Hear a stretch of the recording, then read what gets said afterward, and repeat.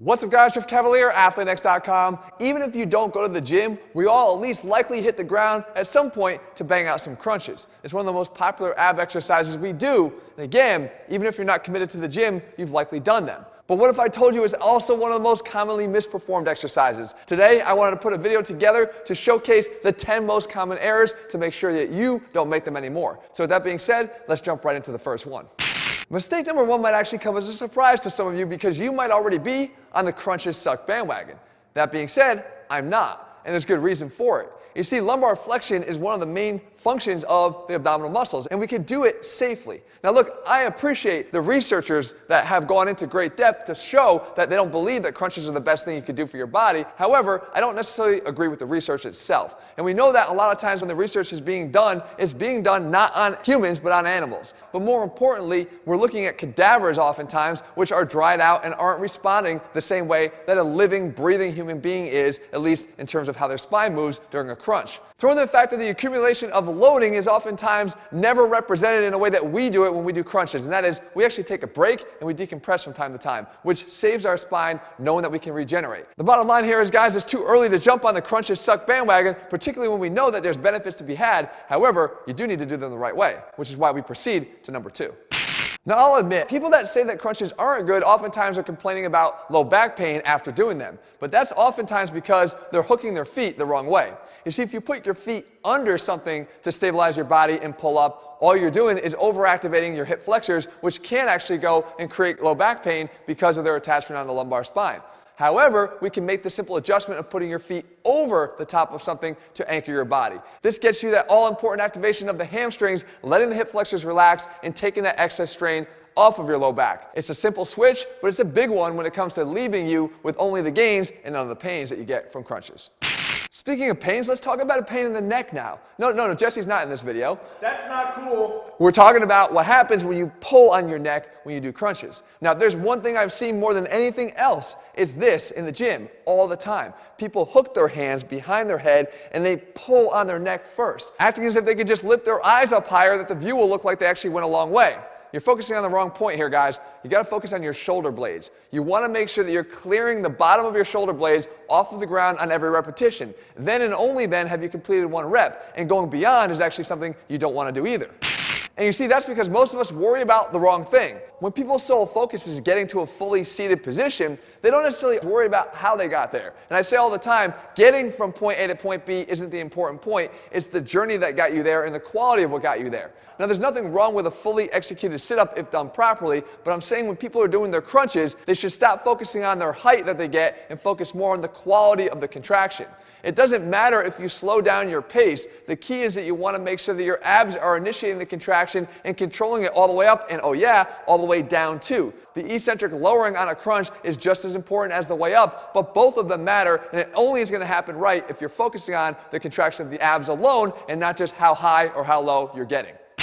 This next one can be confusing for a lot of people, but you have to make sure you get this right if you want your abs to look the best from the crunches that you're doing. You'll be building up that bulging belly, even if it has a six-pack over the top, rather than that flat, tight belly that you're looking for. And what we're talking about here is how you breathe during the exercise. Now, we all have been told that you want to breathe out on the exertion of an exercise, but it doesn't mean you want to push out while you're doing a crunch. What I mean is you don't want to distend your belly and push out as you're coming up into a crunch. As a matter of fact, you want to try to be able to gain the skill to be able to pull down or cinch the stomach down as you breathe out. And the way to do this with some good feedback is to just place something like a tennis ball or an object on your belly and focus on first pulling your belly down, contracting the transverse abdominis, and then initiating the crunch, and not allowing that belly of yours to push out and have that object fall off. Again, there's a nuance here in what we're talking about, but distending and pushing out is not the same as breathing out. You want to make sure that you can breathe out while pulling in to get the right breathing pattern and ultimately the aesthetics you're looking for when you're trying to carve out your six-pack.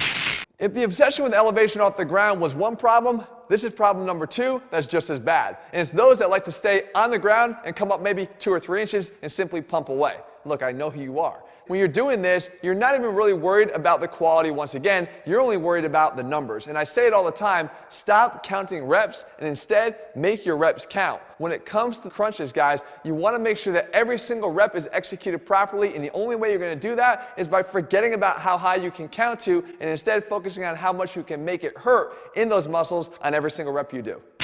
Mistake number 7 actually relates to what you're seeing when you do your crunches. And what I'm talking about is change your view every once in a while. Don't always do them face up. What we want to do is make sure you do your crunches in other positions. You see, people oftentimes overlook the fact that crunches are crunches whether or not you're laying face up or, in this case, face down. You see, lumbar flexion is the main driver of abdominal activation through a crunch, and we can do that so many other ways. As a matter of fact, I've shown you many ways on this channel to do just that and actually do them in a closed chain manner, which for me is always a better way to do the exercise because it gives you a more seamless flow through the kinetic chain to allow these ground reaction forces to pass up and down through our entire body, most of all transmitting right through the core. If you remember one thing from this video, make sure you're mixing it up, because if you always do the same thing, you're going to keep getting the same thing you've always gotten.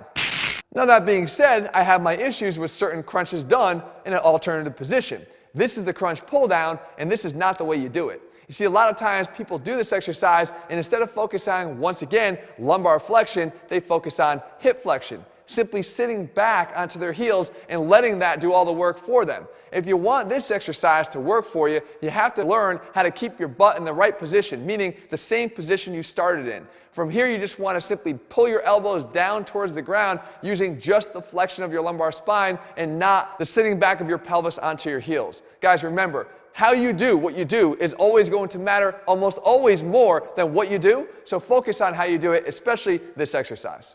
But now let's mix how you do and what you do together. And this is an exercise that a lot of times we don't remember to do in our crunch repertoire, and it's the side crunch. But as always, how you do it matters once again. This exercise is one, again, that you shouldn't be pulling on your neck, but more importantly, you should be focusing on that really high quality contraction. I think it's one of the most important exercises that I have in my arsenal and the one most responsible for the oblique development that I have, because I do this with severe intent. Every single time I lift off of the ground, again, I'm not yanking on my neck, I'm focusing on getting my elbow closer to my hip, but initiating through and only through the oblique muscles on my side. Again, I can even tilt this or turn this a little bit to engage some of the rectus, but it's only done when I have a real focused intention on the muscles I'm trying to contract. Try to put your mind right where that muscle is and think about it as if you're the muscle itself going through that contraction, and I promise you, you're going to get way more out of this exercise, and the development that you'll see here will be much quicker because you're doing it the right way.